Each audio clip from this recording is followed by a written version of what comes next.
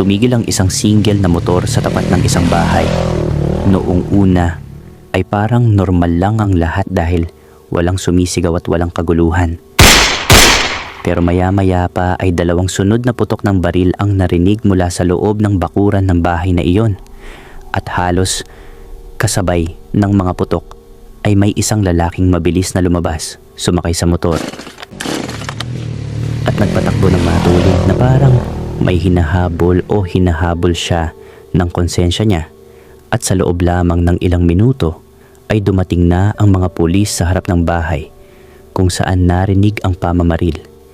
At doon ay tumambad sa kanila ang bangkay ng lalaking kinilalang si Gilbert Beñas ayon sa mga unang nakakita at ayon na rin sa mga pulis na rumesponde sa eksena. At dito na nagsimulang mag-iba ang direksyon ng kwento mga kaibigan dahil noong nag-umpisang mag-imbestiga ang mga pulis ay may isang pangalan na agad lumutang at iyon ay ang pangalan ng isang babae, isang single mom na 25 taong gulang pa lamang. Si Kesha Enriquez kabit raw ni Gilbert. Pero may kabit din na iba. At oo, tama ang narinig ninyo. Isang kabit na kinabit pa ulit. Di ba ang galing? Kabit na nga kinabit pa ulit. Kaya sanga-sangang kabit ang kwentong ito. Kaya simulan natin sa pinagmulan ni Kesha. Dahil hindi naman siya galing sa mahirap na pamilya, sa totoo lang ay may kaya sila. Malaki ang bahay, may sasakyan noon, at sanay sa komportabling buhay. Maganda si Kesha.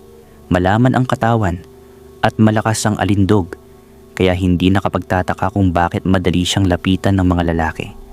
Pero ang hindi alam ng marami ay may bit-bit na siyang problema bago pa man sumabog ang lahat. Dahil may anak na siya na 5 taong gulang at ang bata ay may diferensya sa pag-iisip ayon sa mga nakakakilala sa kanila. At ayon sa mga chismis sa paligid, noong nabuntis si Kesha ay tinakbuhan siya ng lalaking nakabuntis sa kanya at sa takot at galit ay sinubukan daw niyang ilaglag ang bata sa pamamagitan ng pag-inom ng gamot. Pero malakas ang kapit ng bata at hindi ito nalaglag. Kaya noong lumaon ay itinuloy na rin niya ang pagbubuntis pero paglabas ng bata ay may diferensya nga. At doon nagsimulang maramdaman ni Kesha na ang dapat sana'y biyaya ay naging pasanin sa kanya. At imbes na gumaan ang buhay, ay lalo pa itong bumigat. Taong 2013 yon at wala pang trabaho si Kesha. Umaasa lamang siya sa pamilya. Pero hindi pa doon natapos ang kamalasan. Dahil sa taon ding iyon ay na-stroke ang kanyang ama na isang retired US Navy. Dual citizen ang ama niya kaya malaki ang pumapasok na pensyon.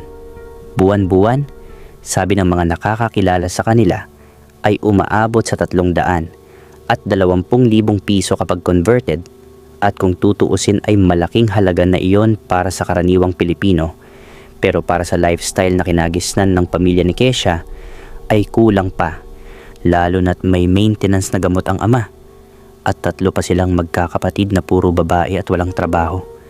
At huwag kayong magugulat, sa kabila ng laki ng pensyon ay baon pa rin sila sa utang. Dahil sa tuwing may birthday o may celebration ay uutang pa sila para may handa. Para lang maipakita sa madla na hindi sila naghihirap. Tipikal na pasikat na bahala na bukas. At wala nang magawa ang ama dahil nakaratay na lamang siya. At kalahati ng katawan ay hindi na gumagalaw. Kaya ang asawa at mga anak ay siya na ang nasusunod sa paggastos. At ang mga anak na sanay sa luho noong malakas pa ang ama ay hindi natutong magbanat ng buto. May mga nakapag-aral naman pero walang nakatapos dahil maagang naglandi at mas inuna ang saya kaysa sa diploma. Sabi nga ng iba kapag pumasok ka raw sa CR ng malaking bahay nila ay puro nakasabit na panty at damit ang makikita mo at doon pa lang ay makikita mo na kung gaano ka irresponsable ang nakatira dahil kung simpleng kaayusan ay hindi magawa ay paano pa ang mas malalaking responsibilidad sa buhay. Hanggang sa dumating ang taong 2016 nang may isang kumparing opisyal sa LTO ang ama ni Kesha at inalok siya na kunin bilang sekretarya, taga-ayos ng papeles at taga-encode. At syempre sa hirap na dinaranas nila ay agad pumayag si Kesha at doon siya nakapasok sa LTO. Pero hindi nagtagal ay may nakilala siyang isang fixer na may sariling maliit na opisina sa labas, si Alan Balbino. At alam ninyo naman, sa loob ng ganitong sistema pera-pera lang at may kapit ang malakas. At si Alan ay hindi basta fixer lang, may opisina, may tauhan, at may koneksyon sa ilang opisyal sa gobyerno. Kaya mabilis ang ikot ng pera sa kanya. At doon pinakita ni Alan kay Kesha kung gaano kadali ang kumita kapag marunong kang makipaglaro sa sistema. At syempre, may kapalit yun. Dahil balak na rin ni Alan na babaihin si Kesha. At mukhang alam din iyon ni Kesha.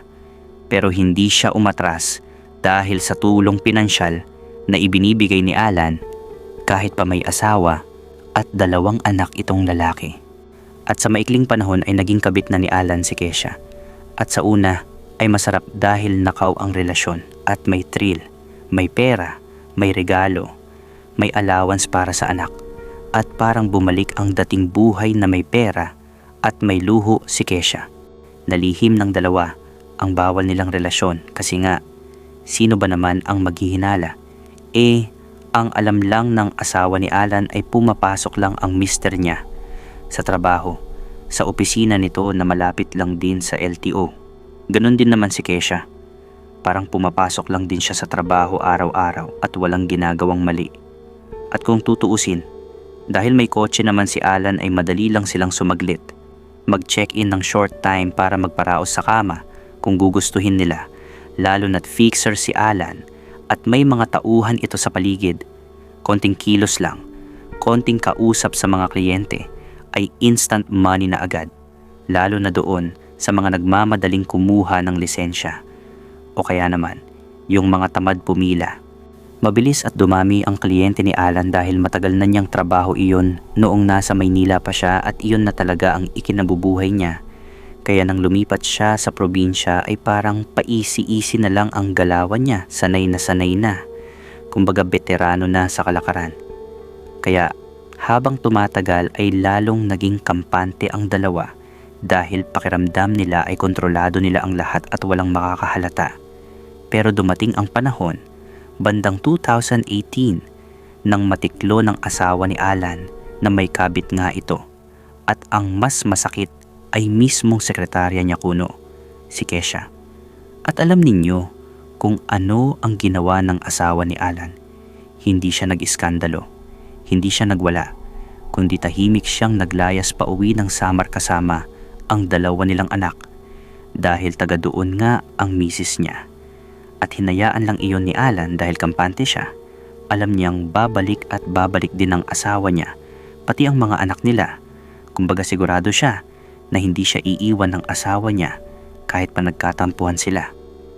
At alam ninyo kung paano talaga natiklo si Alan na may babae siya dahil nakita mismo ng asawa niya ang isang video nila ni Kesha sa kama.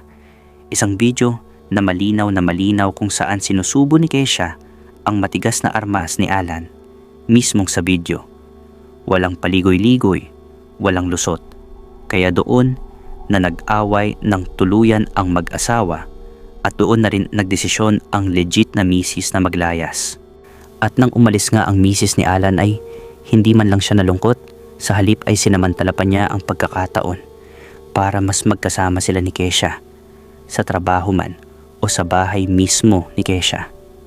Oo, tama. Ang narinig ninyo mga kaibigan, naging parang legal pa nga na boyfriend ni Kesha si Alan sa mata ng pamilya nito dahil ang pakilala ni Kesha kay Alan ay single raw ito at hiwalay na sa dating asawa. Kaya malaya nang natutulog si Alan sa bahay nila Kesha, parang live-in partner na kung tutuusin. At sa isip ni Kesha noon ay seryoso na sa kanya si Alan dahil umalis na nga ang misis nito papuntang Samar. Pero ang hindi alam ni Kesha ay pinagyayabang lang pala ni Alan sa mga kasama at tauhan nito ang pagtatalik nila, yung mga video nila sa kama. Kumbaga, yung tipong may maipagmamalaki siyang magandang babaeng binebembang niya. At dito na unti-unting papasok ang pangalan ni Gilbert Beñas sa kwento. Si Gilbert ay isa sa mga tauhan ni Alan. Halos magkasing edad lang sila, mas matanda lang ng kaunti si Alan. At si Gilbert ay isa sa mga nanood ng mga video ng pagtatalik nila ni Kesha at Alan. Nakita na niya ang lahat ng nakarecord mula sa kama sa galing na pagsubo ni Kesha. Pati ang puday ni Kesha sa video ay nakita na niya. Sa madaling sabi, nakita na ni Gilbert ang buong kaluluwa ni Kesha. Pero sa video nga lang. At ang hindi alam ni Alan ay sa kakapanood ni Gilbert ng mga video nila ni Kesha ay matagal nang nabuo ang pagnanasa nito sa babae. Lalo na't halos araw-araw silang magkakasama sa opisina. Lumabas ang katotohanan ito ng isang gabi nang sabihin ni Kesha kay Alan na panay raw ang chat ni Gilbert sa kanya. Na kesyo kumukumusta lang, pero ramdam niya na parang hindi naman tungkol sa trabaho ang pakay ng pangungumusta.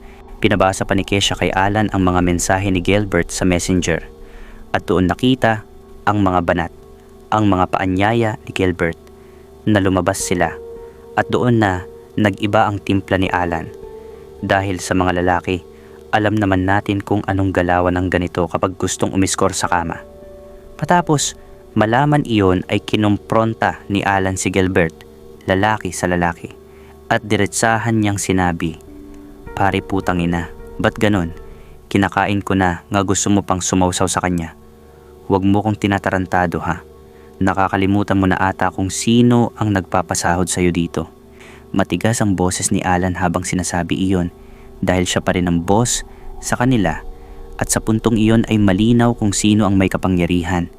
Pero hindi doon natapos ang lahat dahil sa tingin noon ni Alan ay tama na ang pananakot niya kay Gilbert dahil alam niyang kapag nawalan ng trabaho si Gilbert ay siguradong titiklop ito.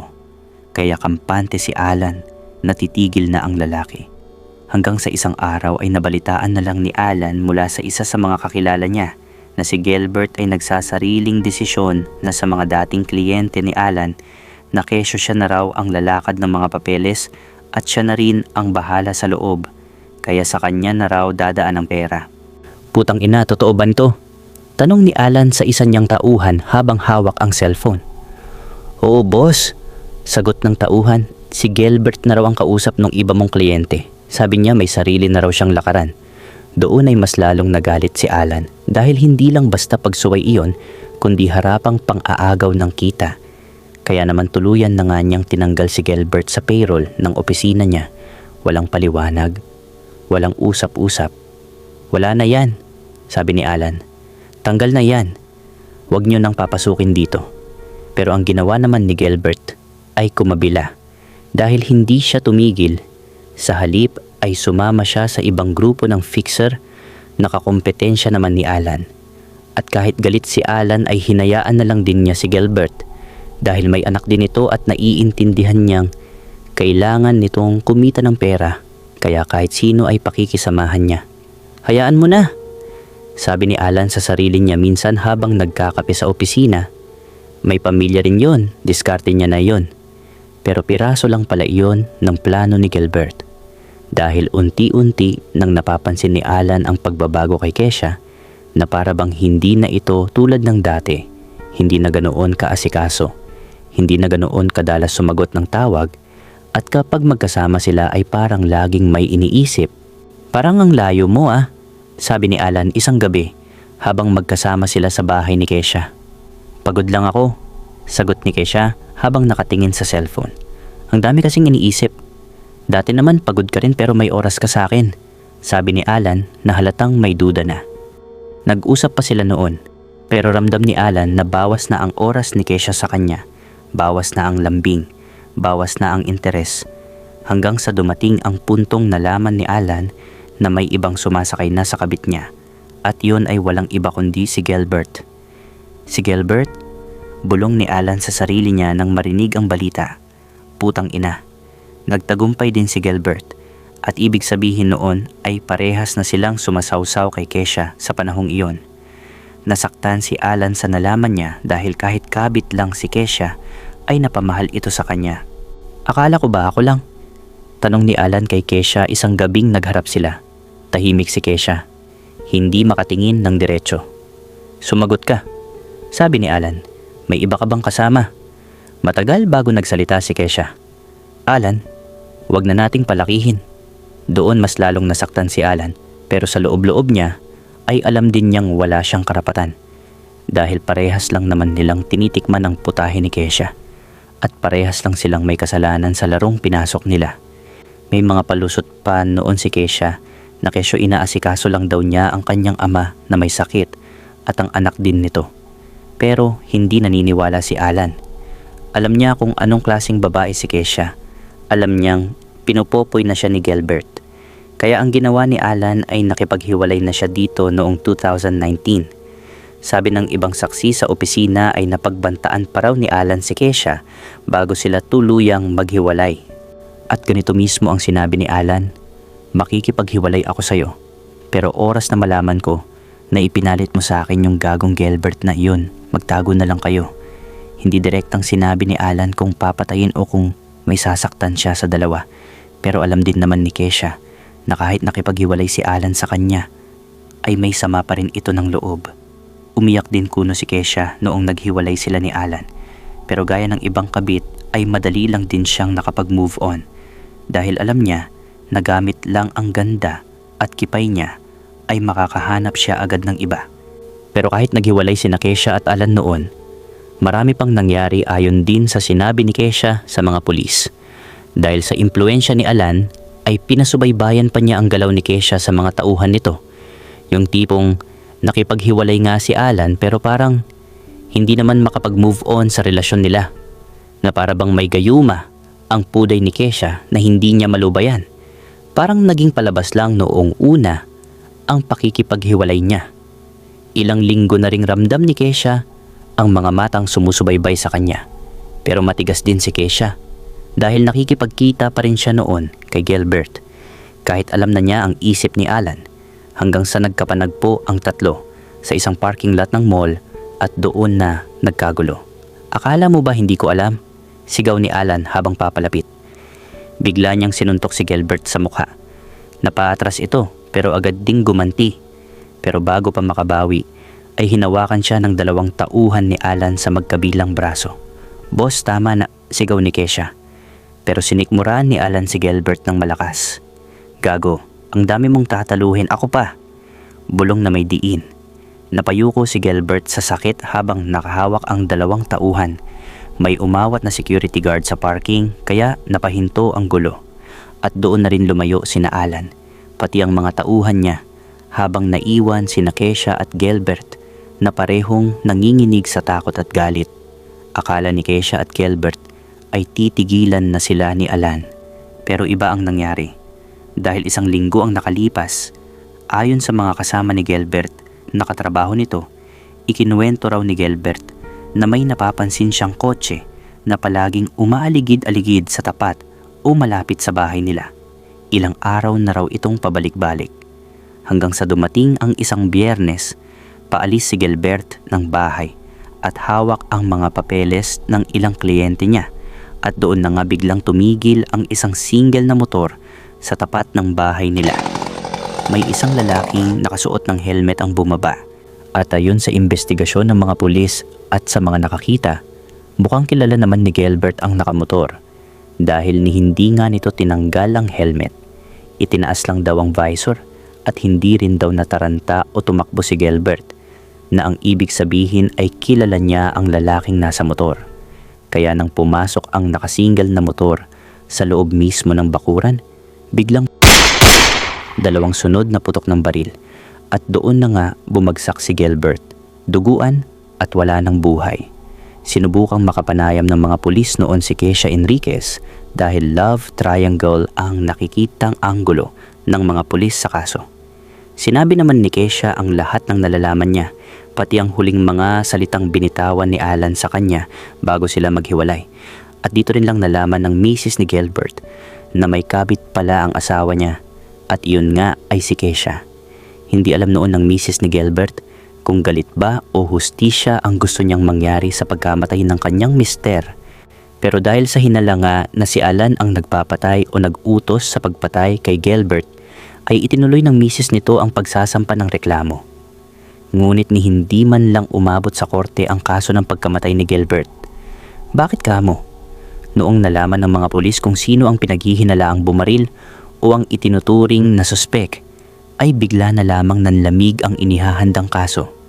Pati ang asawa ni Gilbert ay umatras. Sabi ng iba ay hawak daw ng isang malaking tao sa gobyerno si Alan, isang maimpluwensyang politiko, kaya ganoon na lang ang nangyari.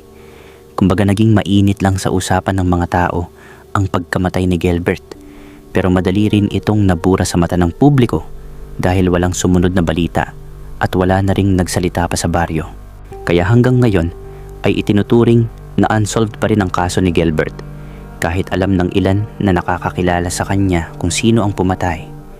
At dito na tuluyang nawala sa kwento si Kesha dahil sa huling balita tungkol sa kanya ay may iba na itong lalaking kinakapitan. At si Alan naman ay bumalik na ang pamilya mula sa Samar. At parang walang nangyari ay nagpatuloy ang buhay ng lahat, maliban sa isang lalaking namatay at isang kasong tuluyang ibinaon sa limot.